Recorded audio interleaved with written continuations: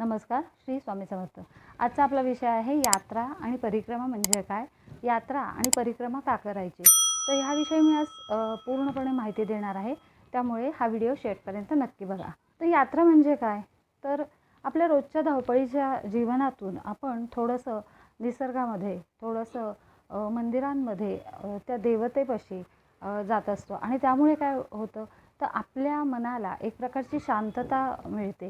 त्याचबरोबर अध्यात्माकडे आपण जास्त झुकलं जातं, जास्त वळलं जातं। मग यात्रा अशा बऱ्याच प्रकारच्या आहेत, जसं की बघा काशीची यात्रा आहे, किंवा चारधाम यात्रा आहे, अमरनाथची यात्रा आहे, त्याचबरोबर पंचप्रयाग यात्रा आहे, रामेश्वरची यात्रा आहे। तर अशा बऱ्याच प्रकारच्या यात्रा आहेत। तर आपल्याला माहिती आहे की पूर्वीच्या काळी लोक काशी यात्रेला जायचं म्हणजे संसारातून मुक्त झाल्यानंतर, संसारातली सगळी कर्तव्य पार पडल्यानंतर वृद्धापकाळात काशी यात्रेला जायचे।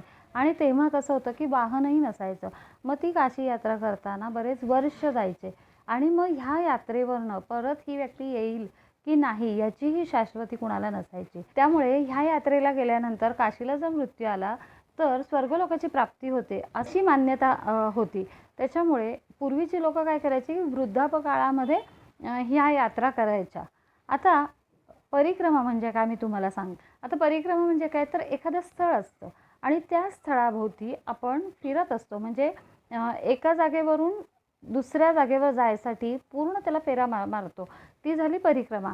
मग परिक्रमा कशासाठी करतो, तर त्यामुळे काय होतं की जेव्हा आपण ती परिक्रमा चालत चालत करायची असते, तेव्हा चालत जातो तेव्हा त्या स्थळापर्यंत जाईपर्यंत एकतर आपली शुद्धता होत असते मनाची, आपल्या चित्ताची, आणि त्या देवाची आपल्याला ओढ लागलेली असते। तर मग अशा परिक्रमा कुठल्या, तर नर्मदा परिक्रमा, गोवर्धन परिक्रमा, वृंदावन परिक्रमा, त्याचबरोबर आपल्याला सगळ्यांना माहिती असलेली गिरनार परिक्रमा। तर अशा ह्या परिक्रमा आहे। मग आता नर्मदा परिक्रमा जेव्हा करतात तर तेव्हा काही त्याचे नियम असतात। तर नर्मदा परिक्रमा करताना एका बाजूने जाऊन पूर्ण त्या नदीला, म्हणजे त्या ठिकाणाला वळसा घालून दुसऱ्या टोकावर यायचं असतं, मधून नदी कुठलीही पार करायची नाही। तर अशी नर्मदा परिक्रमा आहे। मग परिक्रमा करताना सगळ्यात महत्त्वाचं काय, तर परिक्रमा ही चालत करावी लागते। त्याचबरोबर परिक्रमा करताना अगदी साध्या पद्धतीने तुम्हाला राहावं लागतं, म्हणजे जसा दिवस तुम्हाला आज येईल त्या दिवसाला तुम्हाला सामोरं जावं लागतं। मग तुम्हाला कुठे समजा आश्रम मिळाला, त्याच्यात थोडीशी सोय नसेल तर तुम्हाला तेही ॲडजस्ट करावं लागतं। थोडक्यात काय, तर आपले जे षड्रिपू आहे तर ते षड्रिपू शुद्ध होण्यासाठी ह्या सगळ्या परिक्रमा असतात। आणि म्हणून परिक्रमेला जाताना अगदी साध्या पद्धतीने जीवन जगून ते तुम्हाला त्याचा अनुभव घ्यावा लागतो।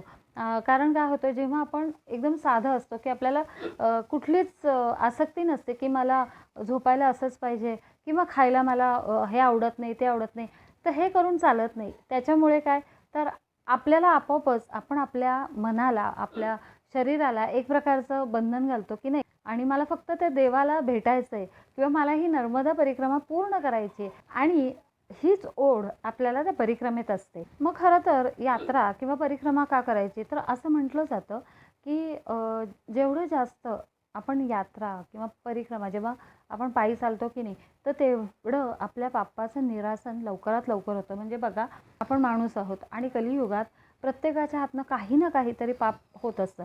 मग हे पाप झाल्यानंतर जर त्याचं निरसन करायचं असेल तर त्याच्या 10 पट पुण्य आपल्याला करावं लागतं, कुठल्या ना कुठल्या रूपाने ते करावं लागतं। असंही म्हटलं जातं की परिक्रमा केल्यानंतर एका वर्षाचं पाप तुमचं एका दिवसात म्हणजे कमी होतं।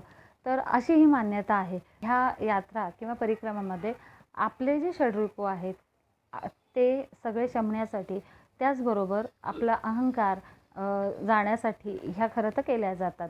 आणि तसं बघितलं तर यात्रा जर केली तर त्याला काळाचं आणि वेळेचं बंधन असतं, पण परिक्रमेला असं कुठलंही बंधन नसतं। आणि मग अशा परिक्रमांमध्ये आपल्याला त्या परमेश्वराची भेटसुद्धा होऊ शकते। म्हणजे नर्मदा परिक्रमा केल्यानंतर तुम्ही ऐकलं असेल की बऱ्याच जणांना नर्मदा मैयांनी दर्शन दिलं, किंवा वृंदावन ची जी यात्रा आहे तर ती केल्यानंतर सुद्धा राधा मातेनी सुद्धा बऱ्याच जणांना दर्शनं दिलेली आहेत। पण त्यामध्ये काय की आपला भाव किती शुद्ध आहे, आपली श्रद्धा किती आहे, ते करताना आपण कुठल्या हेतूने करतोय हे सुद्धा तितकंच महत्त्वाचं असतं। त्यामुळे ह्या यात्रा किंवा परिक्रमा ज्या आहेत त्या खरंच वर्षातून तुम्ही एकदा तरी कराव्यात, कारण तो जो अनुभव आहे तो अनुभव खूप वेगळा असतो। आणि म्हणून आपल्या भारतीय संस्कृतीमध्ये यात्रेला, परिक्रमेला अतिशय महत्त्व दिलेलं आहे. म्हणजे बघा आम्हीसुद्धा बऱ्याच वेळा अशा यात्रा किंवा परिक्रमा जेव्हा करतो ना, तेव्हा त्याचा खरंच जो अनुभव असतो ना, तो सांगण्याच्या पलीकडचा असतो. कारण तो अनुभव आपण स्वतः घेतल्याशिवाय कळत नाही. त्यामुळे जर तुम्हाला असा कधी वेळ मिळाला किंवा अशी कधी संधी आली एखादी यात्रा करायची किंवा परिक्रमा करायची, तर ती नक्की करा आणि बघा तुम्हाला काय त्याचा अनुभव येतोय. चला तर मग आजचा विषय मी इथंच थांबवते. परत भेटू एका नवीन विषयावर. तोपर्यंत धन्यवाद. स्वामीम. आणि ह्या चॅनलवर जर कोणी नवीन असेल तर चॅनलला लाईक, शेअर, सबस्क्राईब नक्की करा. परत भेटू. तोपर्यंत स्वामीम.